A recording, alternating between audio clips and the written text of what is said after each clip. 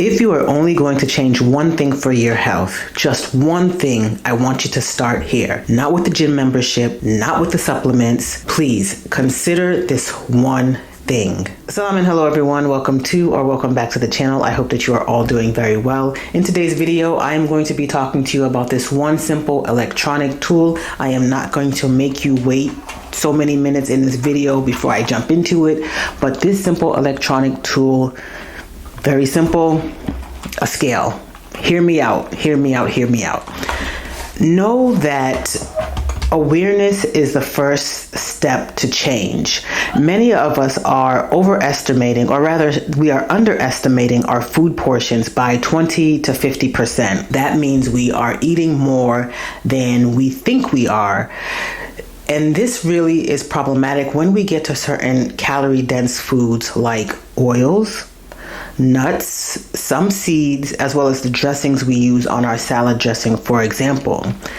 This might not be the case for everyone watching, but for the majority of us, this seems to be the case. We get into the habit of eyeballing our food, and we think we're within a suitable portion size for our health, for our weight, for our height, but that's not the case. For the average person, know that we are probably eating, and when I say average, I'm saying a person who eats maybe 2 or 3 meals a day, not anyone on the OMAD or 1 meal a day diet, and those of us who might snack in between meals. We are likely to be consuming 500 to 1,000 more calories per day than we need to. And using a scale really just gives you a realistic image of what it is that you are eating throughout the day. And it helps you to try and understand what are your true needs. Many of us feel hungry throughout the day, but sometimes we're just thirsty.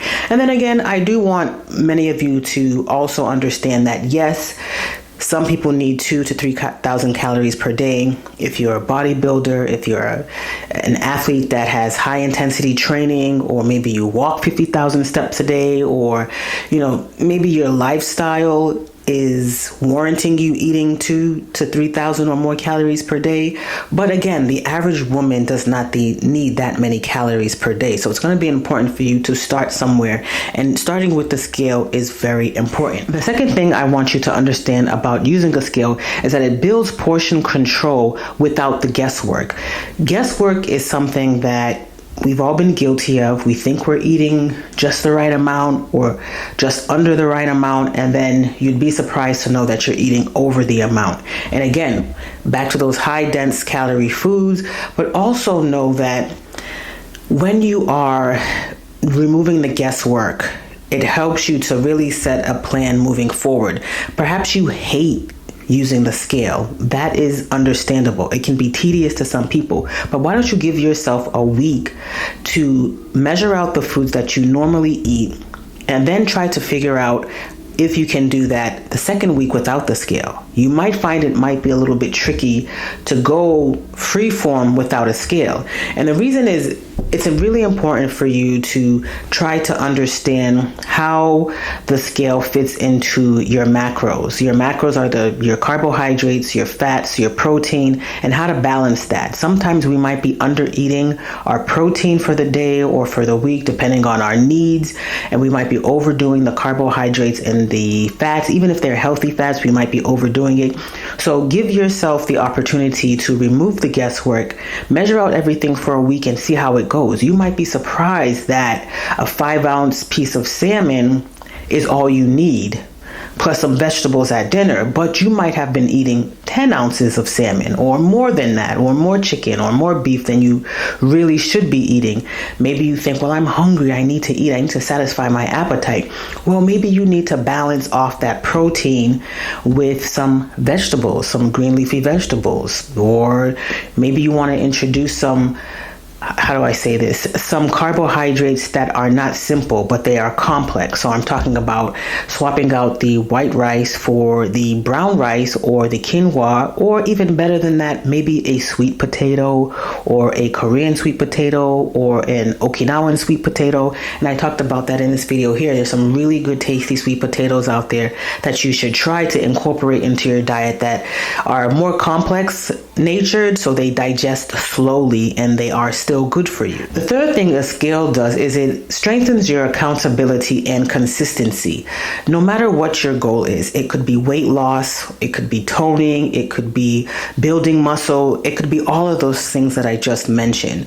Weight loss gives you an avenue to help you on that path so that you don't have to worry, oh, am I going to gain enough weight, or am I going to lose enough weight, or am I going to gain enough muscle or lose muscle? If you are tracking your protein, for example, using a scale, I know on the internet, people talk a lot about protein. Why are we talking? Well, the reason we're talking about protein, or most people, I would say, especially for women over 40, is because we tend to lose muscle mass 3 to 8% per every decade of life after the age of 30. So that's why it's important to maintain muscle mass within our bodies. And we know that we need muscle for not only our body strength, but to keep us going, keep us walking and moving and healthy, and being able to carry our bodies with us with every activity that we're doing, getting up, sitting down, going for a walk, going for a jog, getting to work, going to your business, going to our businesses.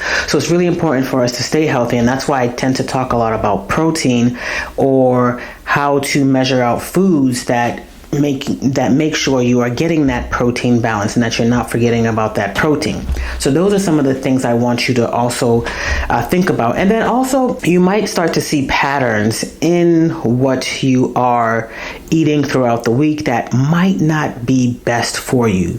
You might be thinking, I'm going to eat a lot of rice at the end of the day because I've had a busy day and I just want to eat this particular food to be satisfied, comfortable before going to bed, but that might not always be the best choice for you before bedtime. And also consider about how soon you're eating, or how, I guess, the time distance between when you eat and when you go to bed. You want to make sure there's enough time in between your bedtime and your eating, or when you're winding down before you go to bed. And if you want more information on that particular topic, I want you to check out this video here, and that can help you with that as well. So please keep in mind, consistency and accountability, they are your friends and they will carry you through. And finally, know that using a scale helps you with nutrition, and understand that nutrition is 80% of the equation. You might have heard of the 80-20 rule. That is Pareto's principle. This is a principle stating that 80% of outcomes or outputs for a given event results from 20% of all causes or inputs. Know that you cannot outtrain a bad diet.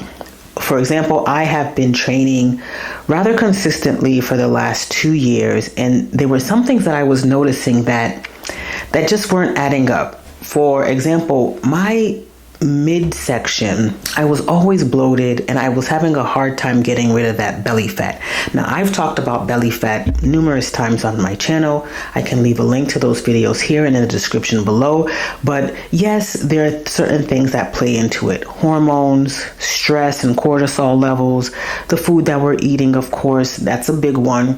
That's why we're talking about using a scale today. So I want you to understand that it's not one answer or one simple answer for why this might be happening, but I do know that when I was training and I was still seeing the lack of results, I had to make a change in terms of nutrition. I've been using the scale. I don't know if I mentioned that in this video yet. I've been using a scale really consistently for 4 or more months, I would say. I think I tried to mark it on my calendar, but what I'm recalling is 4 months. And that was because I was just tired of not seeing the results. Now, there are other factors that play into it. Like I am a mother of 4, so I do have diastasis recti.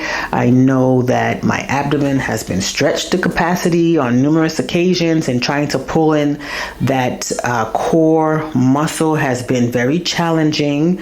So I've also tried to look at different exercises that are also going to help me build and strengthen my core and that whole core pelvic area that has been weakened. So I want you to remember that nutrition drives the majority of our health and fitness outcomes. So starting with the food scale gives you the opportunity to not only control or have control over that 80%, but to also build a foundation for you to really get serious about how you're going to level up your health. And I know some of you might not like that term, but how to improve your health, how to get better, how to get to where you want to be. And then again, also think about sleep and movement and how much water you're drinking and how to balance your energy and the stress levels that might be confounding factors that might be making it more difficult for you to reach those health goals. So I hope that this information has been beneficial for you. Try and invest in a $5 or $10 scale. Keep it powered up. Keep it in your kitchen. Keep it on hand so that all you have to do is turn it on, weigh out your food, see how much you're eating.